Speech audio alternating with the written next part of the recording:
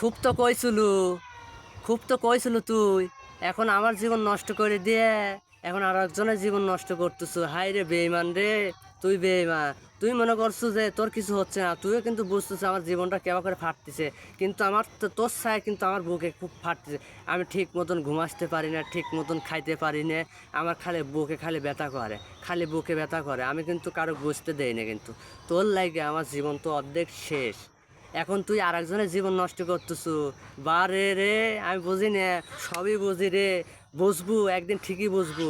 এক উপর আল্লাহ আছে না, একদিন ঠিকই তো ওই আল্লাহ তোকে একবার ধাপ দিয়ে একবার নিচেলাম কে। এর আগে যে পড়ছিল আল্লাহ দেখছো তোকে শাস্তি দিছে, কেবা লাগে, কিরকম লাগে, জলে কেবা।